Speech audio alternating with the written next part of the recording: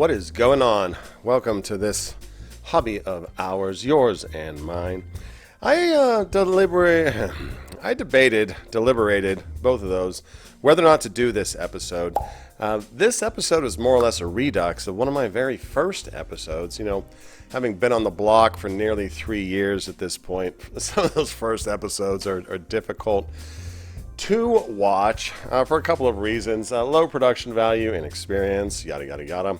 Got better cameras now, better microphones, and a better sense of how to, put it all together.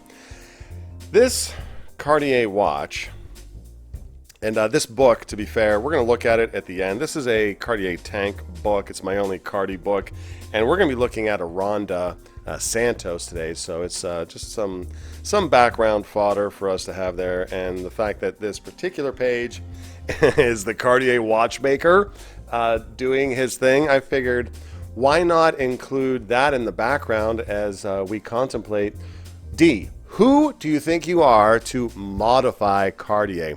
Most modders get their start with Seiko or off-brand parts, just putting something together. Nope, not me. I went straight to changing a Cartier watch because why? Because I thought I could do it. I thought I could do it better than them.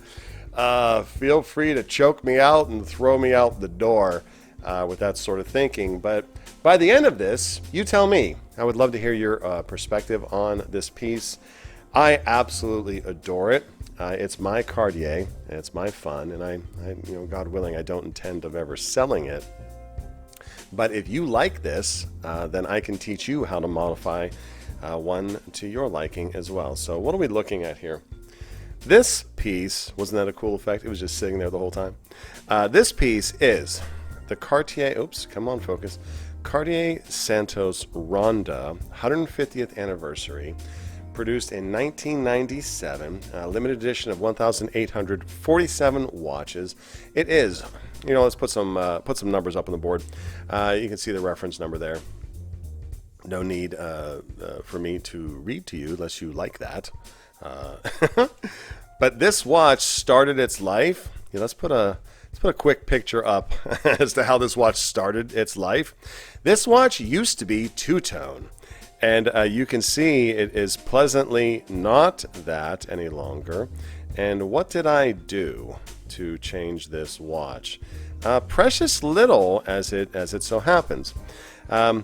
This watch shares a certain amount of uniformity in sizing, with a notable exception of height, to Caisson's Cartier, the 1920-1, and I owned one of those, which is how I was able to help her get hers and bird dog it for her. I kept the bracelet from that watch, and it fit on here perfectly well. And so I've got the two-tone bracelet elsewheres. And then what I did is I had my watchmaker take off this bezel and dip it into white gold for some super hot gold on gold action, and it looks amazing to me. So if I ever needed to return this to its state, I could either re-dip it or potentially have it stripped. I don't know. I would never do it. I love it in this, I'm going to use the word monochromatic look. If it's not two-tone, it's one-tone. I love the one-tone look of this, and it is still gold, and probably has my favorite movement of all time. And I didn't learn that until this execution of it, the ETA 2892-A2. It has a power reserve, and if you've been following the channel, you know that the longer in the tooth I get, the more I appreciate a power reserve. It's got the date in the corner there. I'm saying the corner at 3 o'clock there. I'm fighting some glare today. I like to use natural light. I feel that it presents the watches in a better light. Plus, it also means I don't have to light. So if you ever wonder why my lighting varies, blame it on the sun. And then it's got a second. This is considered a GMT. It's got a second time zone up top that is 24-hour scaled and independently set from the hour hand. So it is not chained to it. It's got those little push buttons there for that. And the only other mod I was contemplating for this is changing that cabochon from ruby to sapphire. That was probably a bit much. I think that if I did that, it would certainly achieve the one-tone-ness of the rest of the piece. But having it that ruby color also sets it apart. I'm kind of okay with it just being like that. Now, these aren't traditional drilled lug holes, although they look like that from the onset. You can absolutely put a different strap on here, and I have. When it has like a long, you know how those pins and collars go in to a regular bracelet? It's got a pin that travels that whole length, so it's really rather large and easy to bend. Ask me how I know. It is an odd duck, a rare bird, certainly a wild card watch, which is why I'm featuring it again and kind of redoing the episode. If you want to do this mod, it's going to be a little hairy these days because these have shot up in price. These are 2x, if not 3x, what I paid years ago, pre-pandemic. So, and then you have to get the bracelet off of another watch. So what you could do is, I think these bracelets as a Cartier part are way too expensive. They're like $750. Which is absurdist. You could always buy a 1920, strip the bracelet, put it on a nice piece of leather, and flip that watch. You probably wouldn't see much loss on it because round Cartier is a thing. And other than the Ballon Bleu, there are not as many round Cartiers as there are rectangular or square. And it's going to be a thing if it's not already a thing. And I'm not one for much. I don't care for the Pasha. I think the Ballon Bleu is great as a ladies' watch, but you know, this one is truly unisex. You're going to see that in a moment when I put it on my 6.5-inch wrist. But we've got 42 hours of power reserve here. It's really rather svelte at 107 grams with all of these links. It's obviously even lighter. This is frankly a rather heavy bracelet. It's rather thick. It's even lighter on leather, but wears more feminine when on leather. It carries off a little more of a masculine vibe here because of this prodigious lug to lug, because this is only 33 millimeters across, maybe 33.5. Now you know that a Rolex Date, an older one, is 34 millimeters, and that wears a little bit larger, like a 35 to a 36. This one wears almost like a 35, 36 itself, because when you got that, I'm going to call it a wingspan at this point, the way this semi-integrated bracelet works, and like I say, I use that word carefully, semi, it carries well across the wrist. We're going to see that in just one moment. Even though it's rated for 30 meters, I wouldn't go anywhere near the dishes with it. This is from 1997. Could probably use a gasket change at this point, and is a proper dress watch plus travel watch. With that independent setting at 12 o'clock, 2 time zones, fairly gorgeous, and that power reserve really rather lovely. All right, let's get her on wrist. Ba-bam. There you have it, see? There you have it, see? Yeah, see? You got a Cartier watch on my wrist now, see? And on my 6.5-inch wrist, long lead, it has plenty of presence because of this, the way this bracelet just has a non-tapering, is that tapering? Taper is not the word.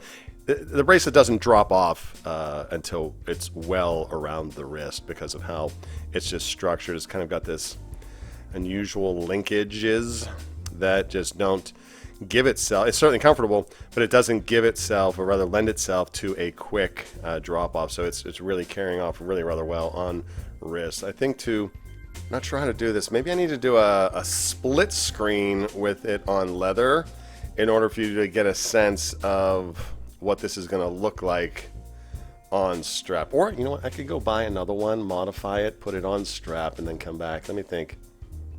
Maybe I won't do that one.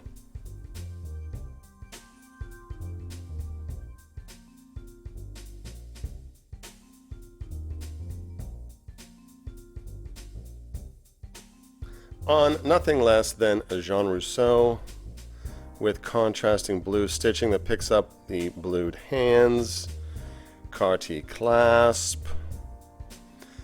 Fairly gorgeous. I typically don't wear this on strap because I felt that it wore a little bit too small, but having gotten used to that Tudor Prince Date Cali, I gotta say, this doesn't look bad, like on me size-wise. It's very demure and politely stated, and as you can see, it looks gorgeous on a proper strap. Chocolate or black, obviously, would be a great colorway choice for this, but fairly amazing. This book is probably better reviewed, with the Cartier Basculant Mécanique on hand instead of this little gorgeous number. But I got it now here, and gosh, if you're done with the episode and want to go about your business, you could probably skip through this part, because this is unfortunately a straight up coffee table book. There are some references in here, but there are certainly better books to hunt with, and that's kind of a caveat that I use to judge the quality of a watch book. Like, yeah, I can learn some things historically about the brand in this, but what I'm really looking for in a watch book is a bunch of different pictures, the references, a little bit about them, etc., etc. And we don't really get that in this book. We get certainly a very glossy front and back. That's the book cover. How many pages here? Feels like 180-ish. Oh, no, 230. Okay, my B. But let's go through here and see what it does actually have on offer. A little bit of a timeline. Okay, some art. Like I said, very, very, there's a lot of wasted space here, right? So this is although that's a cool piece, right? And some words. What can I learn about their vast catalog from this book? I don't know. If you have a recommendation, now this is clearly a cool piece that I'd never seen. If you have a recommendation on a really great Cartier book that has, various ones, I have the other one, the Osvaldo Patricio one. I'll insert a picture of it. That book is awesome. It's small, but it's great. And it is, I guess, fairly exhaustive, but doesn't have a lot of the modern stuff. Love that book. This is coffee table. Hello. That's a cool piece. But by and large, this is for your coffee table. You're not going to necessarily learn a lot about the watches themselves that are out there. Like, pet leopard. Is that leopard or is that a jaguar? No, that's a cheetah. Might be. I am not a zoologist. The asymmetric, that's cool. This one is super cool, kind of like rolling shutters. That's neat. But is it worth the price of admission? Basculant. This, jumping hour, would love to get my hands on one of those, but even the reissue, although to be fair, the reissue is in platinum, it was like turbo expensive. Turbo. And, ultimately not what I'm after in a watch book, but, at least I spared you maybe buying it. Or maybe you want a coffee book about Cartier watches. I keep it along for the ride because it makes for nice background imagery, and although, truth be told, I'm always taking this ridiculous cover off. I have enough problems with reflections as it is. There you have it, my first mod from back in the day. Let me know what you think about it, if you think I'm a total nutter for modifying Cartier.